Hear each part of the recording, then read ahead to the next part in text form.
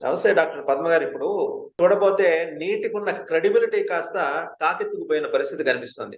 తమిళనాడు లాంటి ప్రభుత్వాలు అయితే అసలు మాకు మీ వ్యవస్థల మీద నమ్మకం లేదు, ఇది పెద్దోళ్ల కోసం జరుపుకుంటున్న పరీక్షలు, పేదోళ్ళు పేద విద్యార్థుల కోసం జరుపుకుంటున్నాయి కాదని కొంత ఎమోషనల్ పాలిటిక్స్ డిఎంకే లాంటి పార్టీలు బయటకు తీస్తుంది.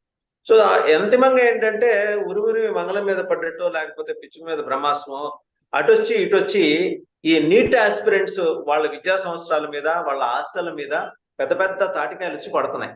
దీనికి ఒక మీనింగ్ఫుల్ సొల్యూషన్ మీరు ఏమైనా సజెస్ట్ చేస్తారా? ఎందుకంటే మీరు ఒప్పుకున్నా ఒప్పుకోకపోయినా ఎన్డీఏలో కీలక భాగస్వామి కాబట్టి మీరు నైతికంగా బాధ్యత వహించాల్సిన వ్యవహారం అయితే ఇందులో ఉంది. ఇక్కడ బాధ్యత, పొరపాటు, లేకపోతే ఒప్పుకున్నది మాత్రం పరుగు పోతుందని అనుకోకుండా పిల్లల బాగు కోసం మీ దగ్గర ఉన్న సొల్యూషన్ ఉందా? వాళ్ళ భవిష్యత్తు బాగు కోసం. మీరు మల్టిపుల్ క్వశ్చన్స్ అడిగారు వాస్తవన్ గారు, 1 by 1 ఆన్సర్ చేయడానికి ట్రై చేస్తాను. మీరు అంటే కొంత వెనక్కి వెళ్ళి చూస్తే మనకి ఇంతకు ముందు కూడా ఎగ్జామ్, ఈ నీట్ ఎగ్జామ్ కి రాకముందు మనకి all India pre medical test ఉండేది. ఆ ప్రీ మెడికల్ టెస్ట్ ఉన్నప్పుడు కూడా మీకు వెస్ట్ బెంగాల్ కానివ్వండి, తమిళనాడుకి కానివ్వండి, అప్పట్లో ఆంధ్రప్రదేశ్ విభజన అవ్వకముందు ఆంధ్రప్రదేశ్, వీళ్ళందరూ కూడా అగెయిన్స్ట్ గా ఉండే. ఈవెన్ నేను మెడికల్ స్టూడెంట్ గా ఉన్నప్పుడు కూడా జాతీయ స్థాయిలో అనేక ప్రవేశ పరీక్షలు ఉండేవి. ఏఎఫ్ఎంసి కానివ్వండి, ఎయిమ్స్ కానివ్వండి, సెయింట్ జాన్స్ కానివ్వండి, సిఎంసి వెల్లూరు కానివ్వండి, మల్టిపుల్ టెస్ట్లు ఉండేవి. ఏ స్టేట్ కా స్టేట్ కి ఉండేవి. మెడికల్ కాలేజెస్ పెట్టేవాళ్ళు, ఇండివిజువల్ మెడికల్ కాలేజెస్, ఇలా అనేక విధాలుగా చేసేవాళ్ళు. ఇప్పుడు కొన్ని రాష్ట్రాల్లో అయితే, ఫర్ ఎగ్జాంపుల్ తమిళనాడులో వాళ్ళు ఇంటర్ మార్క్స్ కొంత యాడ్ చేసేవాళ్ళు. ఇంటర్ మార్క్స్ ఒక పర్టికులర్ పద్ధతి కాకుండా కావాల్సిన అనుకున్న వాళ్ళకి కొంచెం ఎక్కువ వేసుకోవడము, ఇట్లా అక్కడ కూడా లోటుపాట్లు జరిగాయి. సో రాష్ట్రాలు చేసినంత మాత్రాన అవి ఫుల్ ప్రూఫ్ గా ఉంటాయని అనుకోనే పరిస్థితి ఏమీ లేదు. సో మనం ఫోకస్ చేయాల్సింది ఏంటి అంటే, ఇక్కడ నైతికంగా బాధ్యత వహించాలి అంటున్నారు. అదే absolutely correct, I agree with that. And ప్రధానమంత్రి గారు స్వయంగా నిన్న పార్లమెంట్ లో ఆయన ప్రకటించారు, ప్రతి విద్యార్థి భవిష్యత్తు మాకు ఇంపార్టెంట్, ఇది జరిగింది, మీద మేము స్ట్రింజెంట్ యాక్షన్స్ తీసుకున్నాము. సో బేసికలీ ప్రధానమంత్రి ఆల్రెడీ రియాక్ట్ అయ్యారు. అలాగే ఎడ్యుకేషన్ మినిస్టర్ కూడా.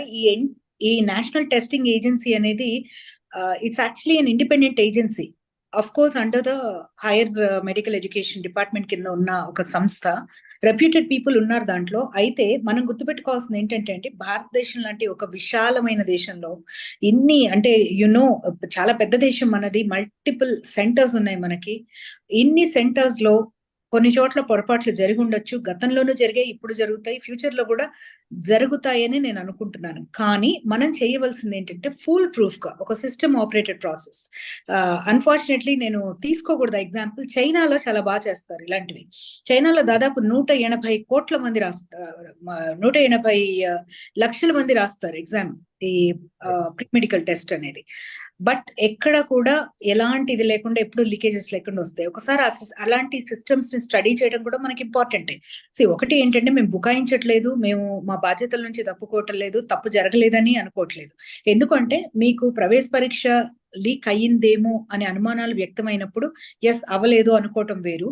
కానీ మనకి కాలం గడిచే కొద్దీ, May 4th ఉన్న ఇన్ఫర్మేషన్ May 6th ఇంకా బెటర్ ఇన్ఫర్మేషన్ వచ్చింది. అలాగే గడిచే కొద్ది వారాలు గడిచే కొద్ది కొత్త స్టేట్స్, అంటే ఫస్ట్ అది గుజరాత్ లో బయటపడింది, తర్వాత ఒడిస్సా, తర్వాత మహారాష్ట్ర, తర్వాత బీహార్, ఇలా వరుసగా ఒక్కొక్క స్టేట్ లో వస్తున్నప్పుడు మనకి కొత్త ఇన్ఫర్మేషన్ వస్తుంది. దాన్ని బట్టి తెలిసింది ఏంటి అంటే, ఇది ఒక పెద్ద ఎగ్జామినేషన్ మాఫియా ఉంది దీని వెనకాల, డెఫినెట్ గా.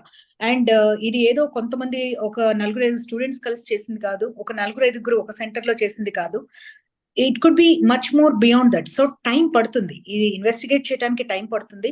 ఇన్వెస్టిగేషన్ చేసిన తర్వాత దాని మీద ఏం చేయాలి, ఫ్యూచర్ లో ఇలాంటివి జరగకుండా ఎలాంటి చర్యలు చేపట్టాలనే దాని మీద మనకు ఒక సమగ్రమైన విచారణ అవసరము. దాని తర్వాత ఎక్స్పర్ట్స్ తో డిస్కస్ చేసి, స్టేక్ హోల్డర్స్ తో డిస్కస్ చేసి, దానికి తగ్గట్టుగా కార్యాచరణ రూపొందించుకోవడం జరుగుతుంది. ఇఫ్ నీడెడ్ లాస్ కూడా ఇంకా స్ట్రింజెంట్ చేస్తారు. ఆల్రెడీ మనకు ఉన్నాయి స్ట్రింజెంట్ లాస్, బట్ ఇంకా కూడా స్ట్రింజెంట్ చేసే అవకాశం పరిశీలించడం జరుగుతుంది.